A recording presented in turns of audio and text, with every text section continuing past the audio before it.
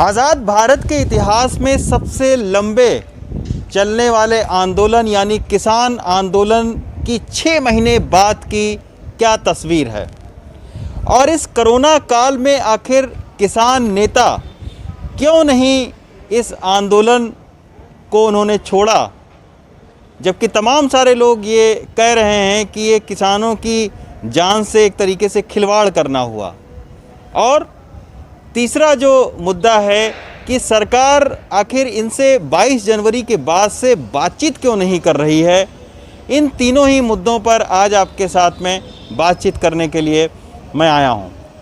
तो मैं सिंघू बॉर्डर पर इस वक्त मौजूद हूं और ये जो पीछे मेरे बिल्डिंग आप देख रहे हैं, यहाँ पर एक बड़ा किसान समूह जो है वो यहीं पर रहता है।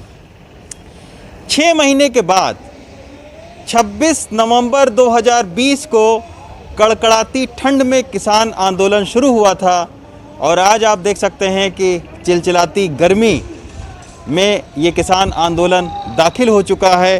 तमाम मौसम की मार झेली 300 से ज़्यादा किसानों की अलग अलग बीमारियों और कारणों की वजह से मौत हो चुकी है, लेकिन उसके बावजूद 6 महीने के बाद में इस किसान आंदोलन की ये तस्वीर देखिए आप। सिंघू बॉर्डर पर 6 महीने बाद की ये तस्वीर है। 26 नवंबर की आपने तस्वीर देखी होगी और उसमें आपने देखा होगा कि कितना लंबा हुजूम था इस जीटी करनाल रोड पर। और ये 26 मई 2021 की तस्वीर है। तो ये आप देख सकते हैं कि ये सिंघू बॉर्डर जो जीटी करनाल रोड है उस पर अभी भी हज़ारों की तादाद में जो किसान हैं वो जमे हुए हैं, डटे हुए हैं। हालांकि उनकी संख्या ज़रूर घटती बढ़ती रहती है। अभी संख्या 26 नवंबर के मुकाबले कम हो गई है, इसमें कोई दो राय नहीं है। लेकिन फिर भी आप देखिए कि मौसम चूँकि ठंडक से गर्मी का आ गया है, बीच में बारिश भी पड़ी है, तो इस तरीके का स्ट्रक्चर जो है फूस का, टीन का, बांस का, ट्रैक्टर ट्रालियाँ यहाँ पर मौजूद हैं। तमाम तरीके के यहाँ पर आपको रहने के अलग अलग तरीके यहाँ पर दिखाई पड़ेंगे। कुछ लोग फूस की झोपड़ी में रह रहे हैं, कुछ लोग टीन के शेड में रह रहे हैं, कुछ लोग कूलर रखे हुए हैं, कुछ लोग पंखा चला रहे हैं, कुछ लोग एसी चला रहे हैं। और मैंने बताया कि मेरे ठीक पीछे की बिल्डिंग में भी तमाम सारे जो किसान हैं वो यहाँ पर रह रहे हैं। तो ये 6 महीने बाद की आपने तस्वीर देखी। अब जो दूसरा सवाल था कि आखिर कोरोना काल में क्यों किसान आंदोलन चल रहा है और किसान नेताओं से जब ये पूछा जाता है कि आप इनकी ज़िंदगियों के साथ में खिलवाड़ कर रहे हैं। लाखों लोगों की कोरोना में मौत हो चुकी है। यहाँ से अगर आप 5 किलोमीटर आगे जाएंगे तो दिल्ली है, जहाँ पर हज़ारों लोगों की मौत हुई है। और एक समय ऐसा था कि महामारी अपने चरम पर थी, अभी थोड़ी कम हो रही है। तो उसके बावजूद भी किसान क्यों आखिर यहाँ पर डटे रहे और किसान नेताओं ने क्यों नहीं उनसे अपील की कि कोरोना चल रहा है, आप भी बीमार पड़ सकते हैं, आपकी जान पर ख़तरा हो सकता है, तो आप लौट जाइए।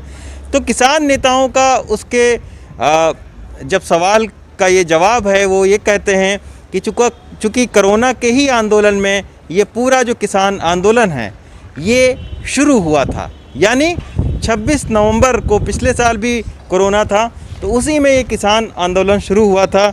और उनका ये कहना है कि CAA के ख़िलाफ़ में चाहे आंदोलन हो या दूसरे कई सारे आंदोलन हैं, उनको कोरोना के ही नाम पर, महामारी के नाम पर ही प्रदर्शनकारियों को हटा दिया गया था।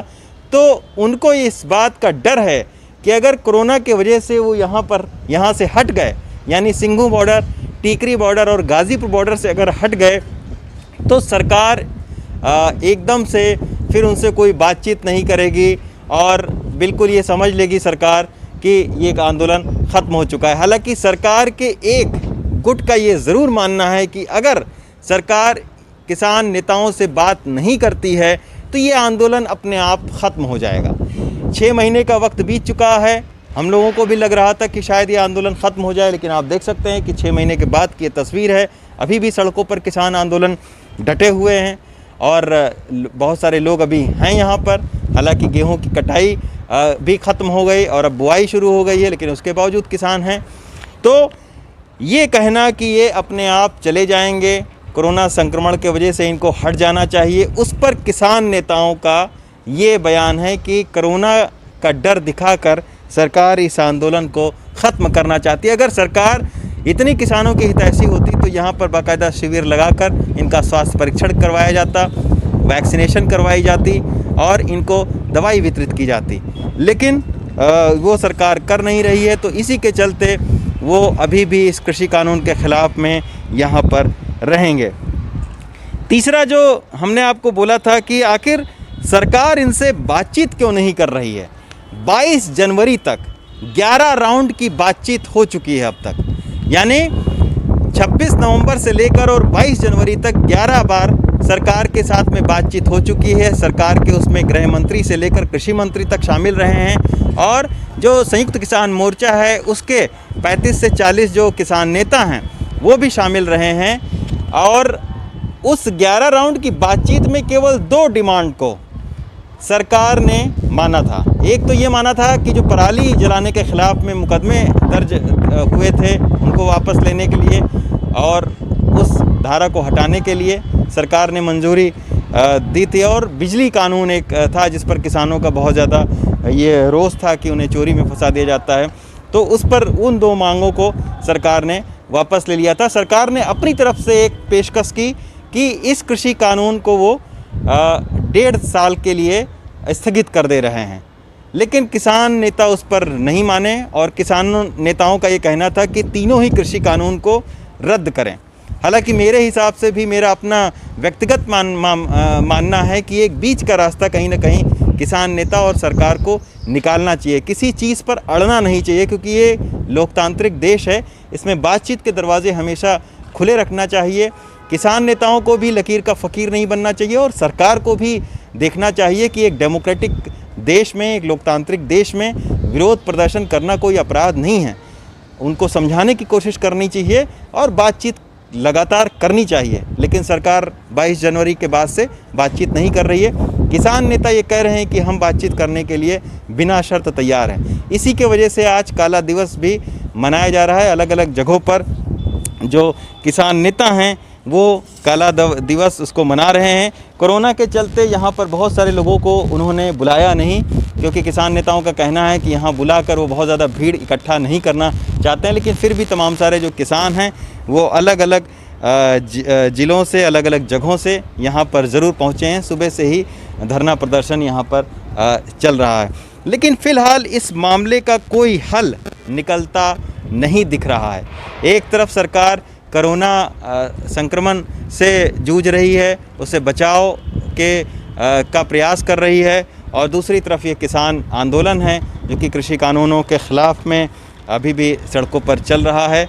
तो अब फ़िलहाल इसका जवाब किसी के पास नहीं है कि कृषि कानून के ख़िलाफ़ में जो आंदोलन है ये कितने दिन चलेगा, कैसे इस मामले का हल निकलेगा, इसका जवाब किसी के पास नहीं है।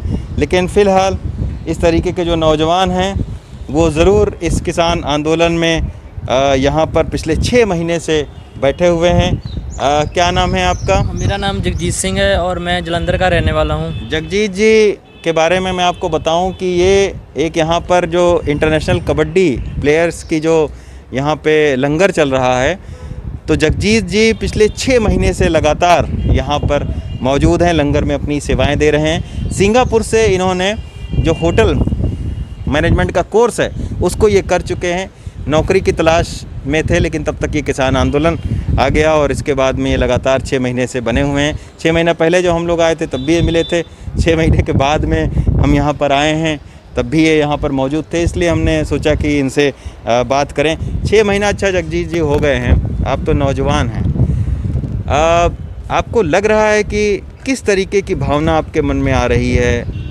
क्या सोचते हैं आपकी, अभी और लंबा चलेगा या सरकार बातचीत करके अब हटाना चाहिए, आप लोग भी अपने घरों की ओर लौटें? हमारा तो मानना ये है कि सरकार बातचीत करे और इस आंदोलन को ख़त्म करे जल्दी से जल्दी, क्योंकि जैसे हम सुन रहे हैं खबरों में भी दिल्ली में कोरोना काल बहुत ज़्यादा बीमारी फैल रही है, बट आंदोलन में नहीं है। फिर भी हमारा मानना है भी सरकार को बातचीत करनी चाहिए और हमें कानून रद्द करके जल्दी से जल्दी घर भेजना चाहिए। तो ये आप देख सकते हैं जगजीत जी जैसे जो नौजवान हैं उनकी यही ख्वाहिश है, क्योंकि पिछले 6 महीने से लगातार यहाँ पे सड़कों के किनारे लंगर की सेवाएं दे रहे हैं, धूल खा रहे हैं। गर्मी का मौसम है, मच्छर यहाँ पर बहुत सारे हैं और बहुत सारी परेशानियां हैं, लेकिन उसके बावजूद यहाँ पर ये जमे हुए हैं। और कोरोना काल में हम तो किसान नेताओं से भी ये अपील करते हैं और सरकार से भी कि इस वक्त कोरोना से मिलकर लड़ने की ज़रूरत है। प्लीज़ आपस में मिलकर बैठिए, एक दूसरे की विचारों को सुनिए और इस किसान आंदोलन का, कृषि कानून का कोई एक बीच का रास्ता निकालिए, ताकि ये किसान हैं ये भी अपनी खेतों की ओर लौटें और सरकार भी कोरोना के खिलाफ मजबूती से लड़ाई लड़े। सिंघू बॉर्डर से प्रेम सिंह के साथ रवीश रंजन शुक्ला, NDTV इंडिया।